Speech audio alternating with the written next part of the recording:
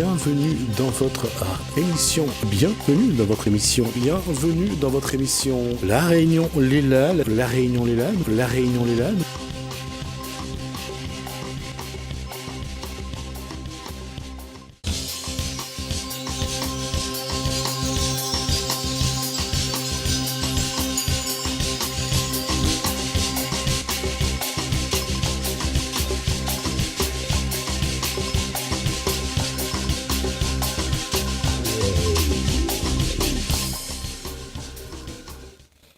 Bonsoir à tous, bienvenue dans votre émission La Réunion Léla. On espère que vous avez passé une très belle journée, que le début de soirée se déroulera dans le même contexte et sur le même tempo. Nous, on va parler d'alimentation. Qu'est-ce que c'est bien manger? On va en discuter avec 4 invités. On voit ça dans Causement Réunionnais.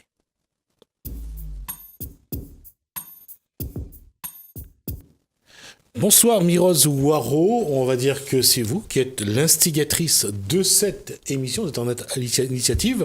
On s'est rencontrés au Carizen, on va dire dans un sens ce que c'est. On en a parlé. Alors, il y a un plateau, bonsoir Mirose, le plateau que vous avez souhaité, vous allez le présenter. Je vais le présenter. Eh bien, nous recevons aujourd'hui Ingrid Massot, directrice du Carizen, coach et formatrice. Donc, vous allez compléter ensuite. Alors, on va dire tout de suite que le Carizen, c'est un... C'est un centre de bien-être. À la base, c'était un centre de formation. C'est devenu un centre de bien-être. Et aujourd'hui, on a associé un restaurant à ce centre de bien-être. Et on dira tout à l'heure comment on y mange. C'est ça. Et avec nous également... Patrick Chanoisine, naturopathe. Un naturopathe, c'est quoi exactement? Alors, la naturopathie consiste en fait à amener notre état de mal-être, de maladie vers la santé. C'est-à-dire se retrouver la santé avec des moyens naturels. D'accord. Alors, bien sûr, l'alimentation en fait partie, mais aussi on a besoin de nettoyer le corps surtout. On va discuter tout à l'heure de ce qui est naturel, parce que naturel, c'est un mot aujourd'hui qui est très à la mode. Mais les galvaudés. Un mot valise. Exactement. Et Mirose, notre dernier invité, c'est... Alexis Vincent, conseiller en équilibrage alimentaire. C'est ça? Alors, rééquilibrer l'alimentation, équilibrer l'alimentation, ça veut dire amener suffisamment de protéines, de vitamines, de lipides, c'est ça Oui, l'idée est là, ouais, c'est ça, c'est que on en reparlera un petit peu plus en détail par la suite, mais on s'aperçoit aujourd'hui avec de nombreuses études qu'effectivement, bon nombre d'entre nous sont assez déficients en pas mal de micronutriments. Et j'expliquerai ce que c'est pour moi, en tout cas, les micronutriments. Et du coup, l'idée, c'est de pouvoir faire la balance et ramener tout ce qu'il faudrait dans l'organisme pour qu'il fonctionne normalement. Alors, la question, et je vous la pose à tous, puisque autour de la table, il y a quand même quelques végétariens, il n'y a pas de végétaliens. Alors d'abord, on va dire que c'est quoi un végétarien, Ingrid?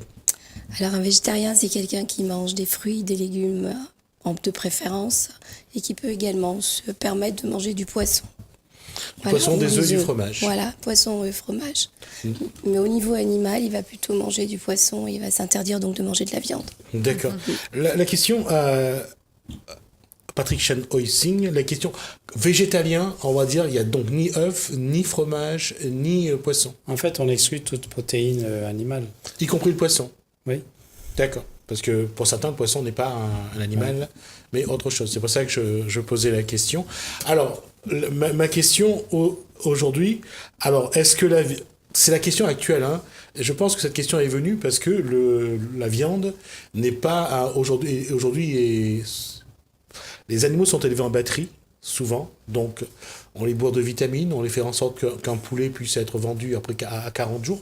Est-ce que la viande aujourd'hui pose un problème dans l'alimentation ou c'est tous les aliments qui sont sujets à caution? Je vous pose la question à vous 4. Et après, en ce qui me concerne, moi, je ne mange plus de viande parce qu'il y a trop de toxines et ça ne me convient pas. Ça, c'est mon point de vue et mon choix depuis l'année 2000. À la restauration, les gens réclament plus de viande, plus de poisson? Eh ben non, on a une formule une formule santé qu'on a fait sur la base d'un Buddha Bowl qu'on propose donc le midi et on la décline justement en nature, donc en base végétalienne. On la décline soit avec un œuf, soit avec du poisson, soit avec de la viande. Et ce qui part le plus, c'est le poisson. Donc, les gens mangent, on a plus de végétariens, en tout cas chez nous, de clients végétariens. Et la viande, effectivement, ne part pas beaucoup. Voilà. Alors, je pose la question aux naturopathes. Bien manger pour certains aujourd'hui, c'est éviter la viande, c'est manger beaucoup de légumes. C'est une bonne ou une fausse bonne idée? Non, il y a ni fausse ni bonne idée. Toujours est-il que on a des habitudes alimentaires qui datent de notre enfance et que modifier l'alimentation, passer du cuit, on va dire, manger de la viande, à ne plus manger de la viande, c'est comme si vous étiez dans l'alcool tout le temps et que après il faut L'alimentation, enfin, manger. Ça devient presque une addiction. C'est-à-dire que voilà, c'est ce que j'allais dire. C'est une addiction dont il faut se désaddicter, c'est-à-dire se déshabituer. Et ça, c'est un travail qui est lié avec le côté psychologique, parce que moi, je voyais des clients qui sont prêts à faire la démarche, mais comme psychologiquement, ils ont des stress. Parce que quand vous êtes stressé, vous rentrez chez vous, vous êtes énervé, vous voyez un plateau de fruits à droite qui vous amène la santé, et vous voyez ici votre on va dire, plat de curry-coque, mais vers quoi on est attiré? Vers le plat du curry-coque. On sait que ce plat-là ne va pas nous faire du bien. On sait que ce sont les fruits qui vont nous faire du bien. Donc il y a un équilibre à trouver, en fait, par rapport à notre état psychologique. Et il y a bien sûr l'éducation envers les personnes de dire ce qui serait bon pour leur santé et ce qui détruit la santé. Mais le fond de la chose, c'est nos habitudes. Et tant qu'on n'est pas conscient de ce qui est important pour notre corps, en fait, on ne fera pas d'effort. Alors justement, et je parlais d'abord la question, on parle de dire que lorsqu'on supprime la viande, on enlève les protéines et ça crée un déséquilibre dans ce qu'on appelle les acides aminés. Oui, il faut savoir que le corps, lui, il a la capacité de fabriquer ses propres acides aminés puisque chaque noyau de chaque cellule fabrique ses acides aminés sous l'effet énergétique. C'est ce qui fabrique, par exemple, une hormone. Mais est-ce que c'est vrai lorsqu'on enlève la viande, les acides aminés ne se font pas? Est-ce qu'il y a un manque réel ou c'est l'habitude qui crée le manque? Il faut savoir qu'aujourd'hui, l'intestin de la plupart des êtres humains, notamment dans les pays industrialisés, sont complètement délabrés, dépollués, complètement pollués. Et ce qui fait qu'on ne peut pas... si vous voulez, c'est comme si je prends d'excellents produits, mais comme mon intestin est délabré, c'est comme si je donne de la confiture au cochon. Donc pour que le corps puisse prendre les meilleures qualités, même si on mange un petit peu de viande, notamment crue, le corps il va prendre le maximum. Mais le corps n'a même pas digéré ce qu'on lui a mis, qu'on lui en remet encore. On va rappeler que le corps a besoin de 8 heures, c'est ce qu'on dit, oui, pour digérer totalement la nourriture. Et encore, ça dépend de ce qu'on lui met. C'est-à-dire ? Si par exemple, vous avez mis une quantité importante, lui, la machine, elle fait ce qu'elle peut. Et donc, si vous êtes stressé, le tube digestif, il ne fonctionne pas bien. Donc, ça veut dire que ça va ralentir encore la digestion. Quand on prend du café, on prend des excitants, on ralentit le travail du tube digestif. Donc, il n'a pas eu le temps de digérer que déjà on lui en remet encore. Donc, on accumule. Et ça passe à travers le tube digestif, le sang, et puis le corps, il va le stocker pour essayer de fonctionner. Combien de temps, normalement, entre 2 repas? Ça dépend de ce qu'on mange. Si vous mangez, par exemple, vous êtes dans des repas de petite quantité, on va dire fruits et légumes, fruits secs, fruits séchés, vous pouvez manger tout le temps. C'est ce que font un peu les Thaïlandais. Et ils grossissent pas, les Thaïlandais. Mais si on met un gros repas, déjà que ça tasse, et qu'après, au lieu de faire une sieste, avant, les anciens, ils savaient faire la sieste. Pour la sieste, ça avait une signification, c'est qu'on digérait.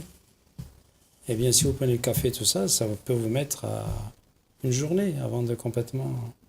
Ah bon, le café alourdit autant le café ralentit la digestion. Après le repas, alors? Oui. Ah, je ne savais pas. Ben oui, parce qu'il y a un effet normal du corps, que quand vous prenez une alimentation assez lourde, qu'est-ce que ça vous donne envie de faire? Ça vous donne envie de dormir. D'accord. Et bien, quand vous mettez un excitant, ben, il vous relance la machine. Parce que quand vous avez envie de dormir, en fait, qu'est-ce qui se passe? Tout le sang du cerveau et des muscles dérive vers le tube digestif. Et comme je prends le café, j'envoie un excitant. Donc le sang revient au cerveau et aux muscles. Du coup, le tube digestif n'a pas assez de sang pour faire son travail.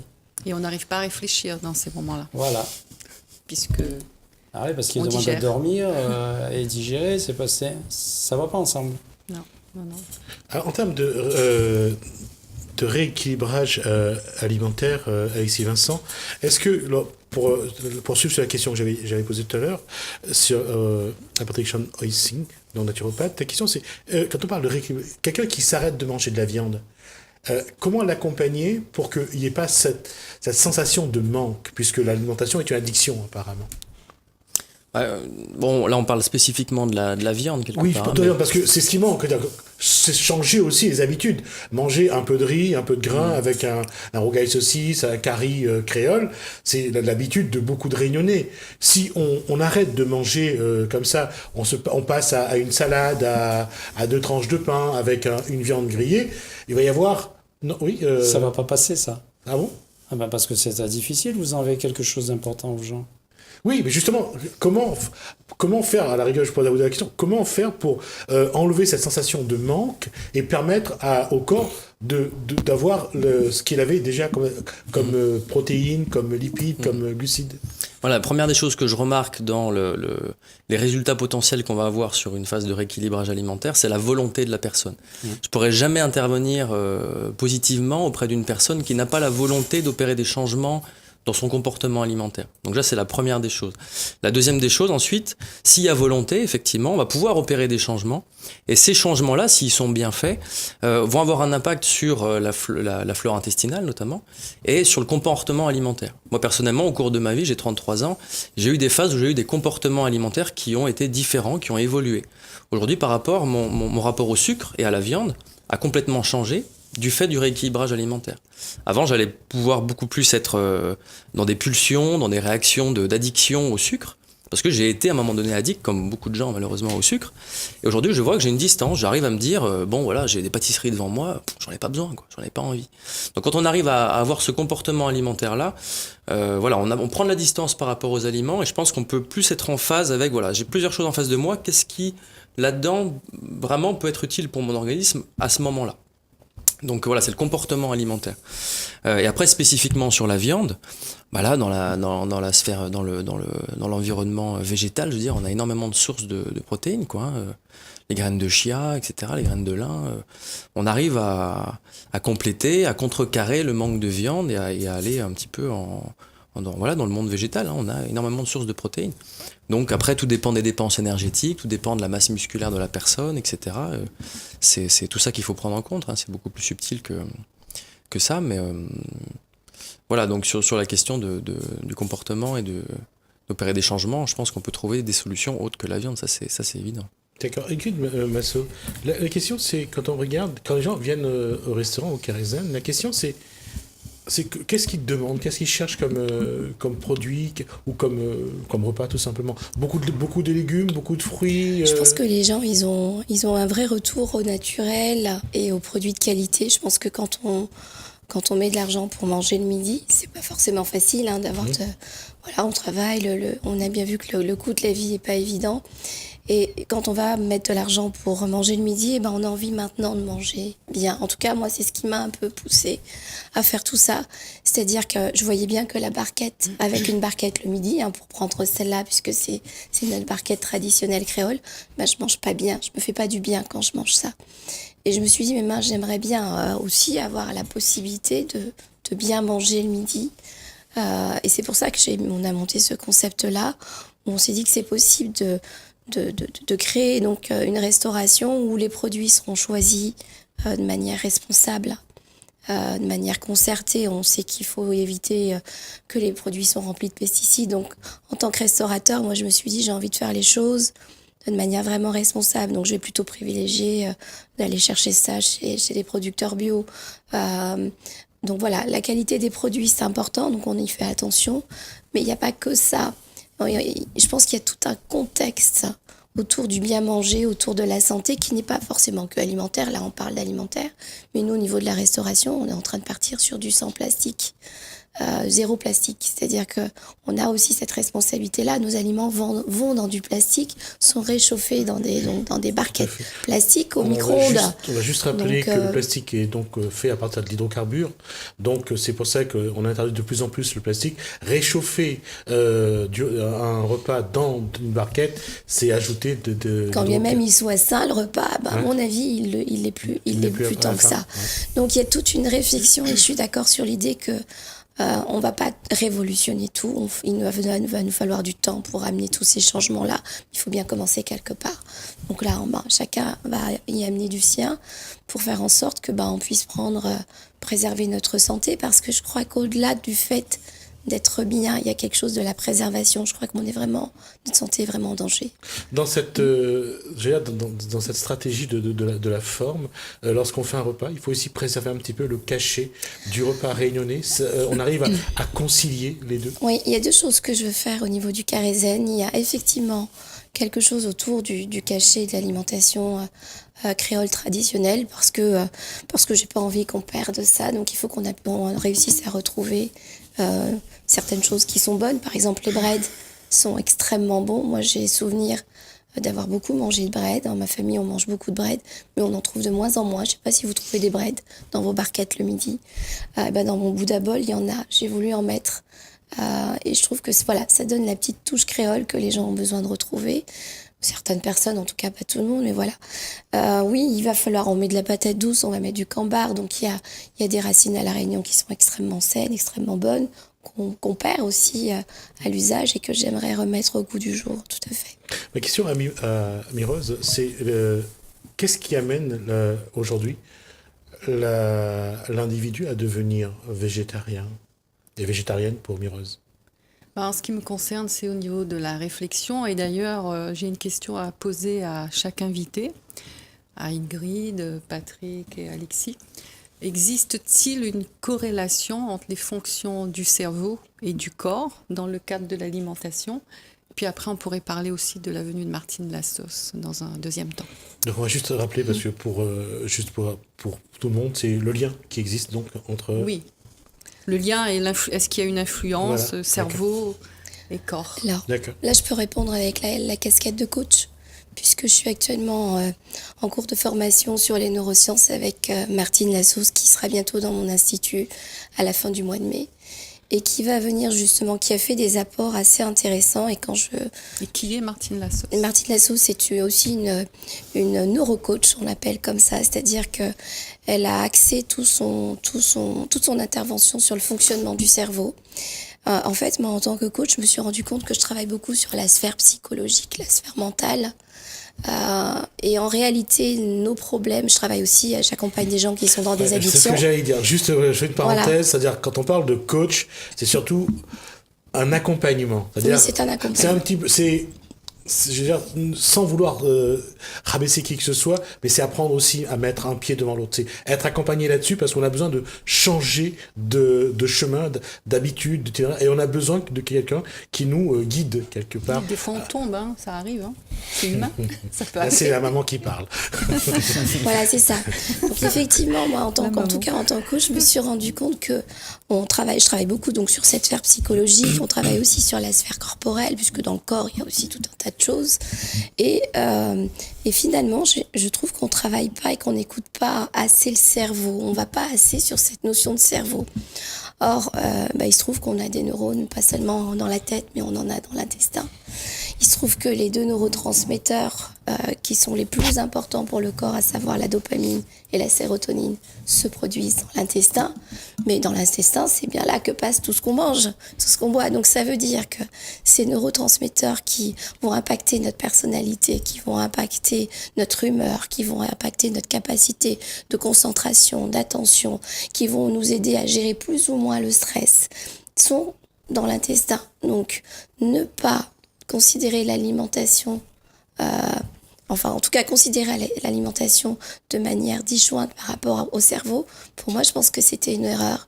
Et je suis contente de rencontrer donc aujourd'hui des gens qui sont dans les neurosciences et qui ramènent ça maintenant au goût du jour et qui nous font dire attention, quand on mange c'est pas que pour la bouche, que pour le goût, que pour le corps, que pour se faire du bien. Quand on mange c'est pour donner tous les nutriments nécessaires à notre cerveau pour qu'il nous aide à fonctionner, parce que c'est quand même lui le maître dans la baraque.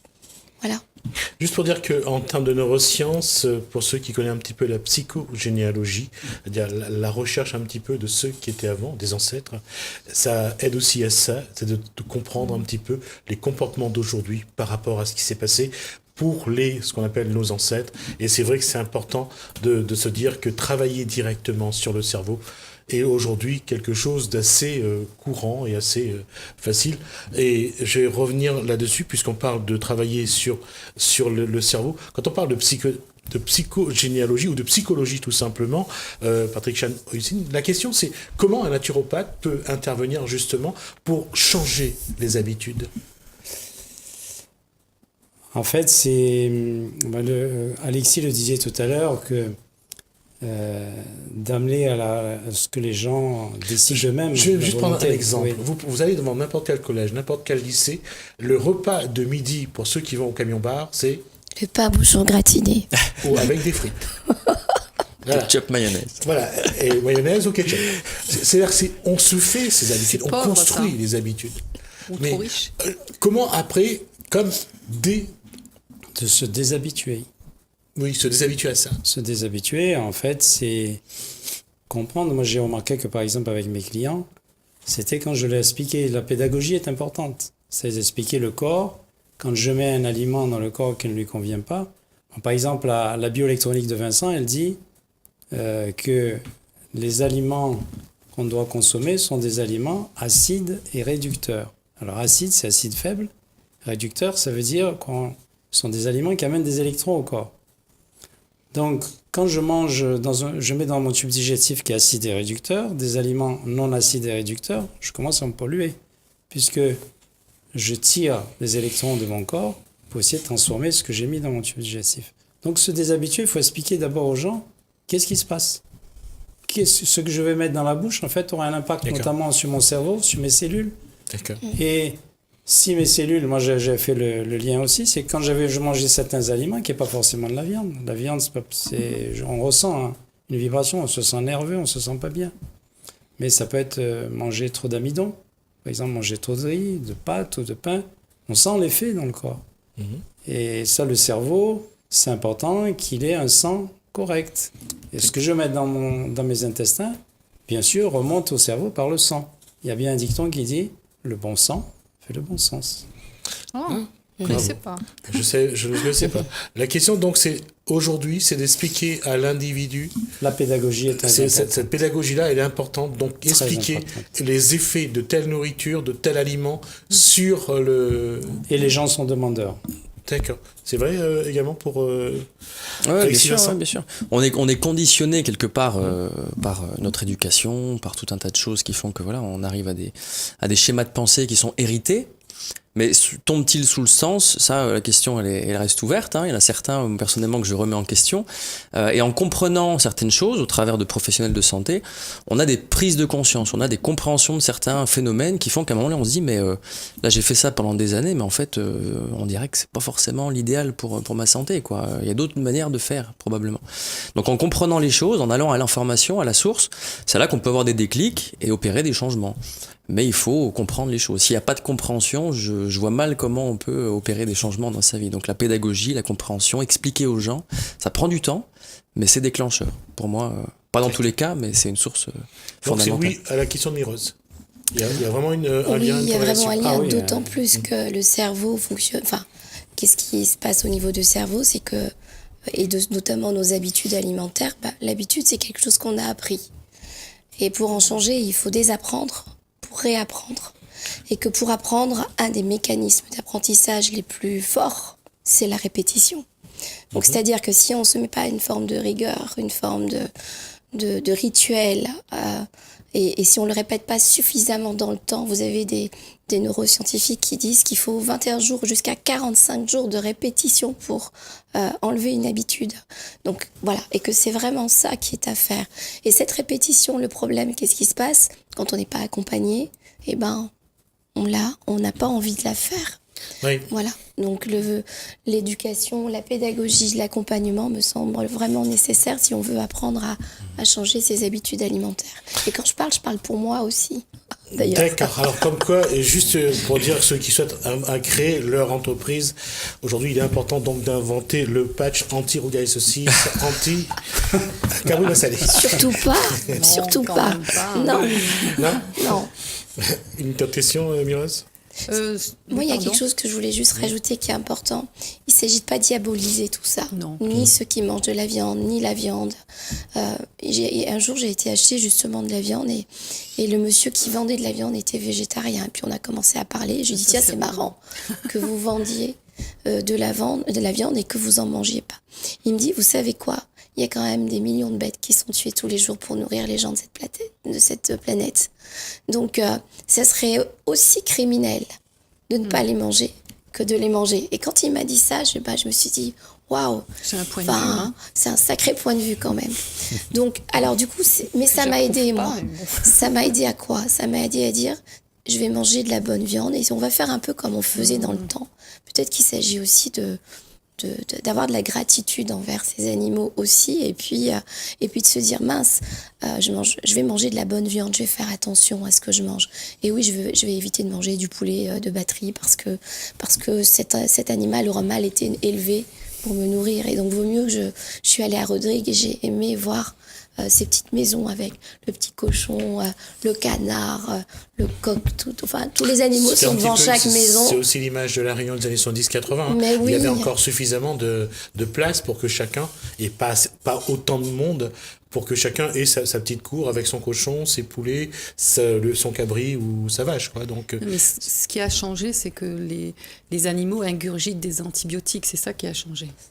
Personnellement, moi, je cuisine de la viande pour mes enfants, même s'ils sont grands maintenant quand je les reçois. S'ils veulent manger de la viande, j'en prépare. Mais c'est un choix. Moi, j'ai décidé pour ma personne que je n'en prendrai plus. Et j'aurais une autre question, peut-être que... non, je suis Une attendu. question sur la couleur des animaux, de la nourriture sur le cerveau. Si chacun peut s'exprimer par rapport à ça. Bah là aussi, moi, je peux répondre à cette question-là dans la mesure où tu as des neurotransmetteurs qui vont intervenir sur justement le goût, sur le plaisir, et on s'est rendu compte que quand l'alimentation est variée, est colorée, et épicée, qu'elle a plein de saveurs, et ben la sensation de satiété, donc la satiété, c'est quelque chose qui est commandé par le cerveau, il y a une hormone derrière ça d'ailleurs, et ben la sensation de satiété est plus réelle. Donc plus on va manger coloré, varié, plus on va se sentir bien, en fait, ça agit sur le bien-être. Donc il faut avoir des repas, un Multicolores. repas monotone d'une seule couleur, on risque d'avoir faim un peu après ou de pas se sentir réellement satisfait de ce qu'on a mangé. Ce qui explique qu'aujourd'hui, que les salades ont tellement de couleurs dans les assiettes. C'est vrai qu'on en a envie, hein, une salade Ça fait multicolore. multicolore. Ouais, tout à fait. Après, vous avez des neurotransmetteurs qui fonctionnent. Alors, il y en a qui vont être plus sur le rouge, d'autres plus sur le vert.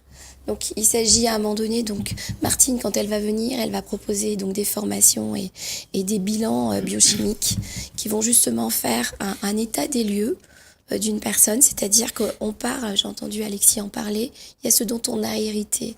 Et la façon dont on mange vient aussi de ce dont on a hérité. Moi, j'ai été 3 mois aux Comores et un jour, lors de la fin de la formation que j'avais faite, j'ai vu ces gens-là, ils ont fait une fête et ils ont mangé mais des quantités que j'avais jamais vues. Jamais j'ai vu qu'on était capable de manger. L'assiette, c'était un saladier, quoi.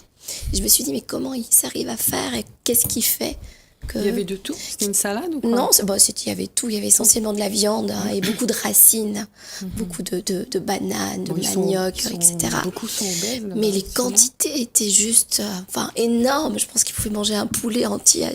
Et je me suis dit, mais qu'est-ce qui se Ils passe? sont Et pas c'est vrai. obèses ou comment? Non, mais ce sont dans leur culture. Ils sont quand même proches de l'Afrique. On peut imaginer que ce sont des gens qui mangent pas souvent ce genre de choses. Donc quand ils mangent, ils emmagasinent. Le corps est habitué et programmé, leur corps, mais de par leur histoire, Oui. est programmé. Je pense qu'on a tous un programme Selon les alimentaire. ethnies. Tout à fait. Selon les ethnies, on a tous un programme alimentaire. Donc l'idée, c'est de connaître quel est notre nature alimentaire.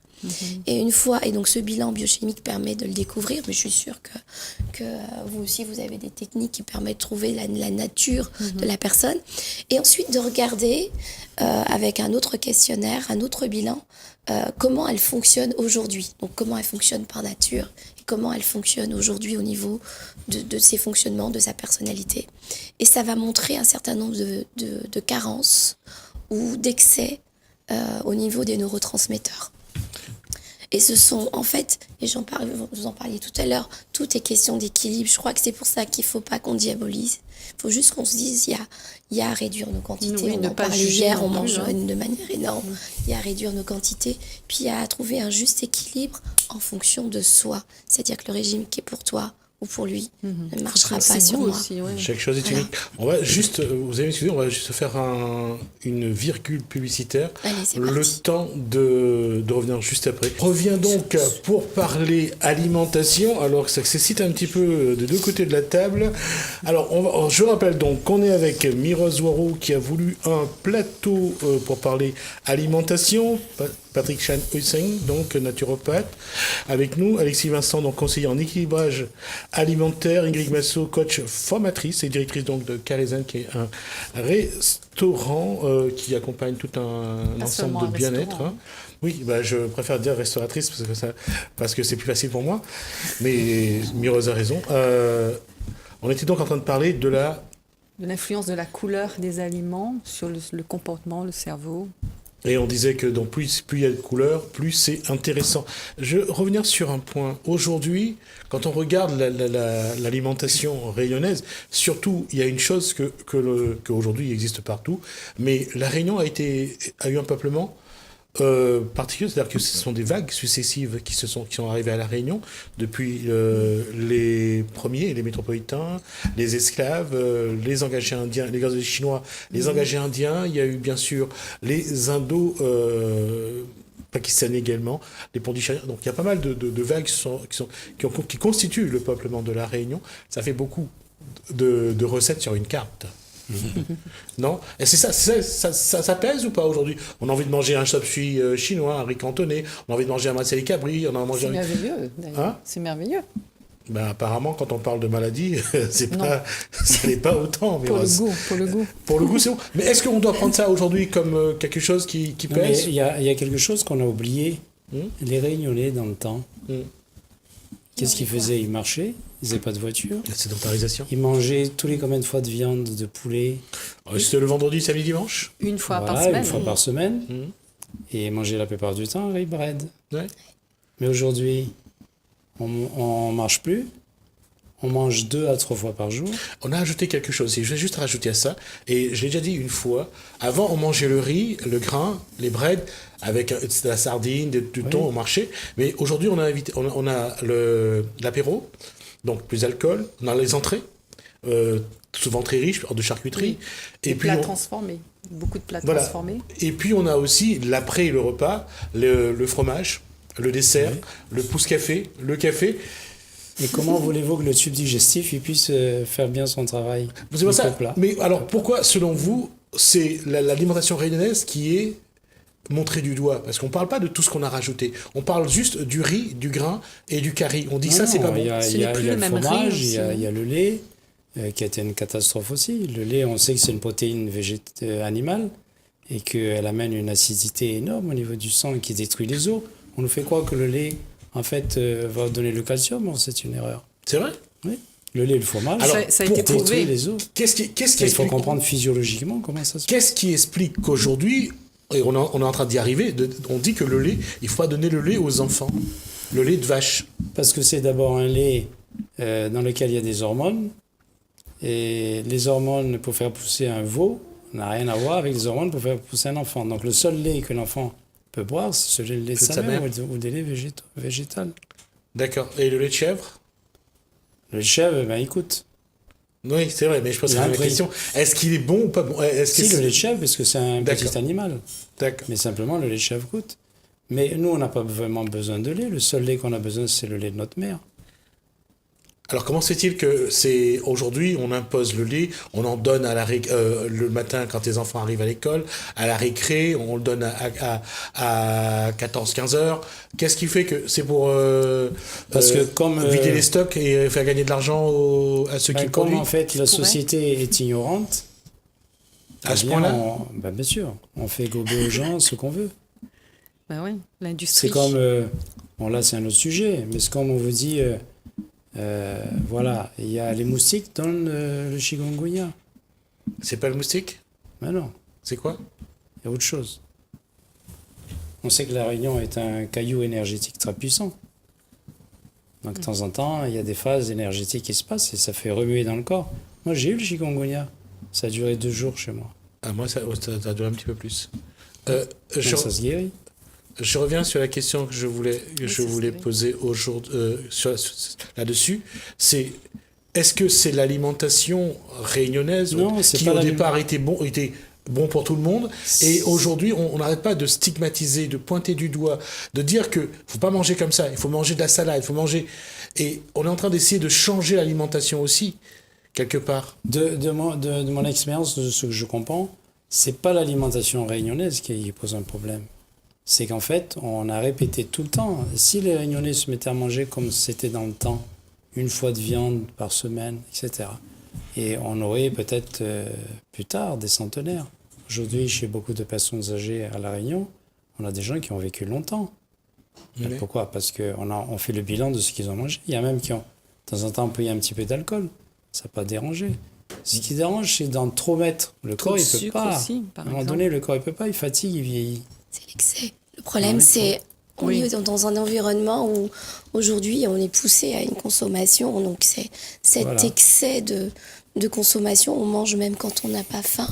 Moi, j'ai quelqu'un dans mon entourage qui a perdu beaucoup de poids là et elle m'a juste dit je me suis juste mise à manger quand j'avais faim. Je mange de tout, mais du coup je mange en petite quantité. Et j'ai Exactement. perdu du poids parce que je ne mange que quand j'ai faim. Donc, qu'est-ce qu'elle s'est fait? Qu'est-ce qu'elle s'est mise à faire? Elle s'est mise à s'écouter, cette dame-là.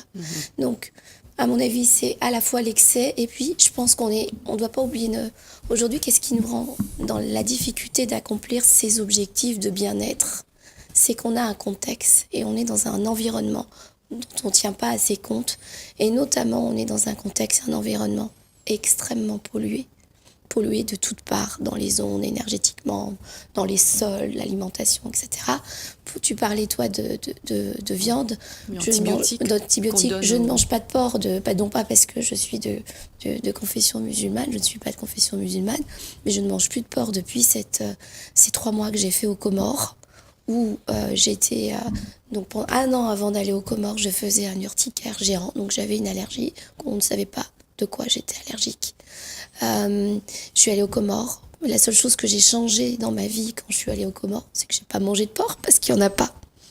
Et quand je suis revenue des Comores, mon urticaire était parti. Et donc depuis, je ne mange plus de porc. Et c'est vrai que c'est une des viandes dans laquelle il y a le plus d'antibiotiques. Et je suis allergique aux antibiotiques. Donc voilà, j'ai fait moi-même mon petit cheminement et j'ai trouvé que cette viande-là, en tout cas pour moi, n'était pas bonne. La question à vous 4, hein. Est-ce que aujourd'hui l'alimentation est devenue une, j'allais dire, il y a un téléphone qui sonne, c'est pas bon. Est-ce que manger la viande, c'était cette compensation-là? Est-ce que c'est vraiment se compenser quelque chose quand on mange, les gens mangent des barres chocolatées, mangent des coupe-faim? Est-ce que c'est parce qu'ils ont faim ou c'est parce qu'ils doivent compenser un manque? Puisqu'on parle tout à l'heure de psychologie, on parle d'intervention sur le cerveau. Est-ce que la nourriture est vraiment j'allais dire, il faut se sevrer parce qu'à un moment donné, ça pose des problèmes. Là encore, on oublie l'histoire. C'est que pendant longtemps, il y a eu plein de manques à La Réunion. On a connu la période de la guerre. Eh bien, ça, dans la mémoire inconsciente de la société réunionnaise, elle reste. Il y a eu l'esclavage, Ah oui, on a c'est oublié ça, aussi. Mhm. L'esclavage des esclaves, est-ce qu'ils On a pouvaient peur de manger manquer. ce qu'ils voulaient? Non. Et ben, toute cette mémoire, elle reste dans l'inconscient. Et donc, nous, ce qu'on a besoin de faire, Là c'est aussi, libérer. justement, là-dessus, la neuroscience intervient également, ce qui a été la psychogénéalogie avant. Aujourd'hui, sûr. la neuroscience travaille sur ces souffrances qui sont transmises donc, de génération en génération, et l'alimentation peut y faire Ben, partie. l'alimentation participe. D'accord, ok. L'alimentation participe. Et quand on n'est pas bien émotionnellement, il faut s'observer chacun. On a tendance à prendre des choses qu'on a mangées, qu'on a connues dans notre enfance, dans notre culture, dans notre société. Moi, j'étais un addicté du chocolat. Aujourd'hui, Un comment un addicté du chocolat. Ah, d'accord. À ce moment-là. Aujourd'hui, c'est et fini comme il n'est même plus question de toucher un chocolat. Pourquoi clair. le chocolat Parce que le chocolat, il y a quoi dedans? Il y a du lait, il y a du sucre. Et puis, il y a des tas de produits qui mettent exprès pour addicter. Même à 70%, même le chocolat noir à Peu 70% de cacao. Je peux manger Peu un petit importe. carré de temps en temps, mais il ne faut pas se Il prendre faudrait la qu'il lui tablette fasse tous les soirs. lui-même son chocolat pour qu'il puisse le manger. Mais c'est ça, ça nous amène aussi à ça. C'est-à-dire qu'à un moment donné, et c'est aussi la réflexion que j'ai au niveau du Kaizen, j'ai l'impression que pour vraiment se faire du bien, il va falloir revenir à des fondamentaux où on se fait soi-même les choses. Par exemple, pour se faire du bien, eh ben, peut-être qu'un jour, on sait que dans le dentifrice, il y a des nanoparticules qui sont cancérigènes. Eh ben, il va peut-être falloir un jour se fabriquer son propre dentifrice. Oui. On sait que le chocolat est rempli de sucre et de produits, tout comme dans la cigarette, ils ont mis du sucre Exactement. pour que les addictions soient encore plus fortes. Ah bon Dans les Tout à cigarettes fait. Donc, ils rajoutent du sucre dans la cigarette pour que la personne ne puisse pas arrêter. Donc, à un moment donné, effectivement, on est face à tout ce qui est lobbying, mais au-delà de ça, on ne peut pas faire. Enfin, c'est difficile de faire la guerre contre tout ça. Allons regarder tout un chacun. Qu'est-ce que je peux faire? Peut-être que je peux commencer à acheter un savon naturel. Peut-être que je peux commencer à faire mon propre dentifrice. C'est pour ça que j'ai besoin de travailler avec ce monsieur, parce que Avec l'argile. au Kaizen, tu on vois, va aller vers des ateliers qui vont permettre aux gens de fabriquer eux-mêmes les choses dont ils ont besoin pour leur bien-être. Puisqu'on parle, juste une petite parenthèse sur le dentifrice, pour montrer à quel point aujourd'hui connaître son corps est important, c'est le fluor qui est dedans. Il y a également du fluorure dans beaucoup toxique, d'aliments. ça. Et malheureusement, ça pénalise un petit peu l'être humain, puisque le fluorure va se loger sur ce qu'on appelle la glande pinéale. Et ça nous empêche d'avoir ce troisième œil dont on parle souvent. L'intuition. L'intuition. Ouais, l'intuition, donc c'est un peu dommage. Mais la question que je voulais vous poser à Vous vous rendez tous... compte, il ne faut pas qu'on ait trop d'intuition dans cette société. Ouais, Faut qu'on pas soit qu'on des soit, moutons il faut qu'on soit ignorant, faut qu'on reste ignorant. Faut pas qu'on soit trop pour éclairé. consommer beaucoup. Excusez-moi. Et vous parlez de dentifrice, mais l'eau. Ah oui, l'eau aussi. composant, Ah, Tout l'eau. à pour fait. nous maintenir. Et surtout l'eau dans les bouteilles plastiques, parce que ça, c'est Oui. quelque chose qu'on voit beaucoup. L'eau est mise dans des bouteilles plastiques. Je trouve que c'est vraiment incroyable de voir des gens qui, dans cette société où aujourd'hui on a sans doute accès à l'information, qu'on ne sait pas que ces bouteilles plastiques sont vraiment dangereux pour le corps. Je voulais vous poser une question sur les habitudes, mais aussi sur ce que vous faites chacun. Comment faut-il... Les gens vont venir... je ne sais pas si après l'émission, vous aurez des gens qui viendront voir vous, mais comment leur expliquer que la nourriture doit d'abord... Ça me fait revenir à cette fameuse phrase de Harpagon dans l'Avare, il faut manger pour vivre et non pas vivre pour manger. Comment faire pour expliquer aux gens, justement, comment vous faites, vous, dans votre démarche, et je vais demander à Alexis Vincent, pour leur dire que manger... Parce que je crois qu'il y a eu un bouquin, Je mange, donc je me soigne. Il y a eu un livre là-dessus, je crois. Comment leur expliquer qu'il faut manger pour leur bien-être et non pas pour la gourmandise, pour de la compensation? Il y a une autre phrase, je rebondis, avec Hippocrate qui disait il y a pas loin de 2000 ans, je crois, qui disait que ton alimentation soit ta première médecine. Donc quand on a compris ça, déjà, on fait un bond dans notre compréhension, dans notre quotidien, je trouve. Ça part aussi de là. Donc c'est multifactoriel. Je veux dire, ça commence dès le plus jeune âge. Moi, j'ai un enfant qui a 2 ans. On parlait des couleurs tout à l'heure. Lui mettre un maximum de couleurs pour qu'il voit, pour qu'il touche, pour qu'il sente, pour qu'il comprenne. Le mettre dans un jardin, voir comment les aliments y poussent. Ça part de là, la terre. Humanité, humus, la racine est la même. On est issu de tout ça, donc il faut remettre du lien direct avec l'être humain, avec son terreau, quoi. C'est fondamental. Et après, quand les schémas malheureusement étaient ancrés chez un adulte, et ben il va falloir faire un travail de déconditionnement, d'érosion un petit peu de tout ça pour essayer de reconditionner. Mais là, ça prend plus ou moins de temps en fonction des gens. Donc c'est Mais aujourd'hui, on a parlé tout à l'heure de sédentarisation, on a parlé d'urbanisation, on peut parler aussi on a parlé de pédagogie, d'éducation. C'est-à-dire éducation à la nourriture. Pourtant, on a eu une bonne éducation, hein, avec nos parents dans les années 70-80, il y a eu une bonne éducation. Apparemment, on a quand même pris de mauvais chemins. Comment des parents qui travaillent, qui sont toujours en flux tendu, comment leur dire il faut prendre le temps pour faire un petit jardin, pour expliquer aux enfants ce que c'est une carotte, ce que ça apporte. Dans ce que vous apportez aussi, vous prenez le temps d'expliquer ça. Comme tout le monde, voilà, on a tous 24 heures dans une journée, et voilà, j'ai 2 entreprises, un enfant, etc. Donc, comme tout le monde, des fois, gérer le temps, c'est pas évident. L'idée, je pense que c'est de trouver des moments de qualité. Et les moments peuvent être courts, mais s'ils sont bien remplis, s'il y a de la densité au niveau relationnel avec l'enfant et qu'on va y introduire vraiment du sens dans la relation, etc. Je pense que voilà, c'est des éponges, quoi. Ils enregistrent énormément de choses. Donc je me souviens des mots qui me ressortent alors qu'on lui a parlé de ça il y a quelques mois, etc. Il nous ressort des mots ou des liens qu'il fait entre voilà.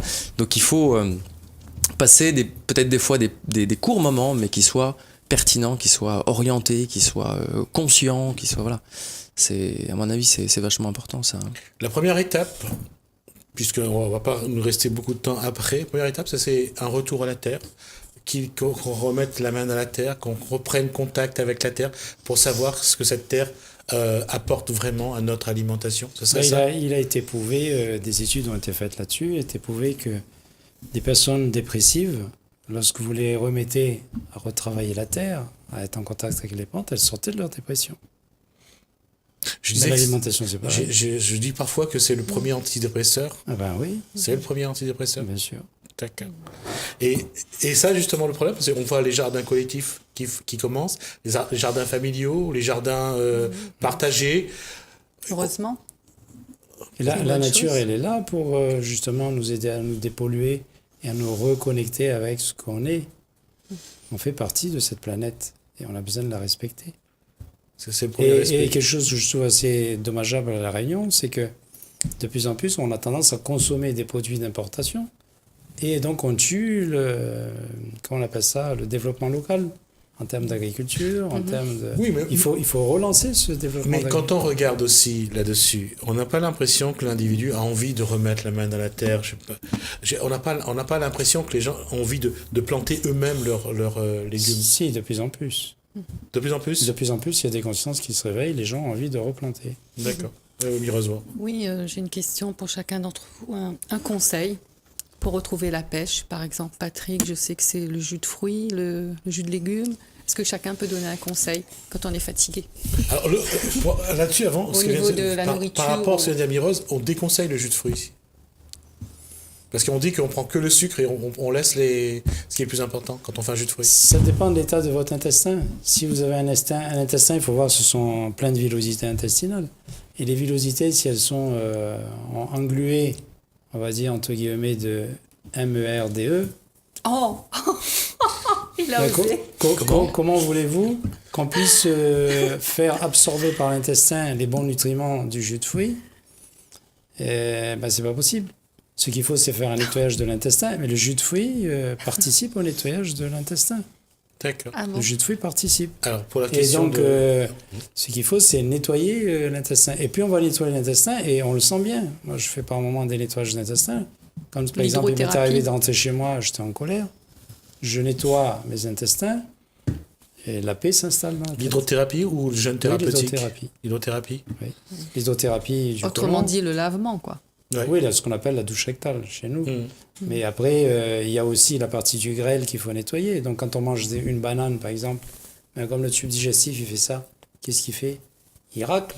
Quand vous mangez des carottes râpées, qu'est-ce qu'il fait? Il racle.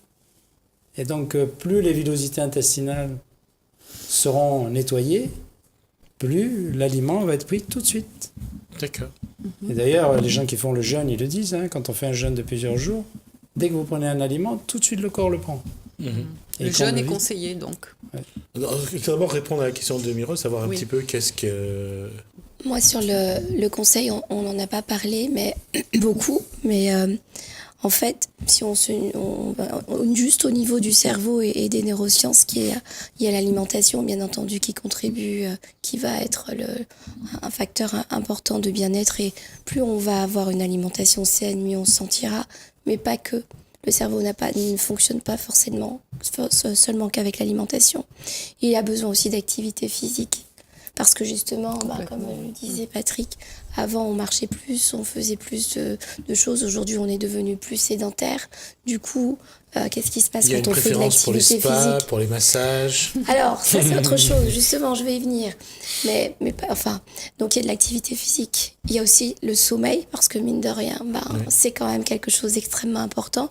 Et quand on regarde aujourd'hui tout ce qui nous empêche, tout ce qui fait qu'on mange mal, tout ce qui fait qu'on a une mauvaise activité physique, qu'on n'a pas d'activité physique ou peu, tout ce qui fait qu'on n'a pas beaucoup de sommeil, il y a un facteur commun à chaque fois qui s'appelle le stress. Nous sommes hyper stressés et on mange mal parce qu'on est stressé. Oui, ça c'est On dramatique. mange mal, on fait pas de sport parce qu'on est stressé de la journée, on n'a pas envie d'y aller fatigué. Oui, le sommeil permet j'allais dire, Réparer le corps. pour la sérotonine, je suis en train de chercher d'intégrer, je crois.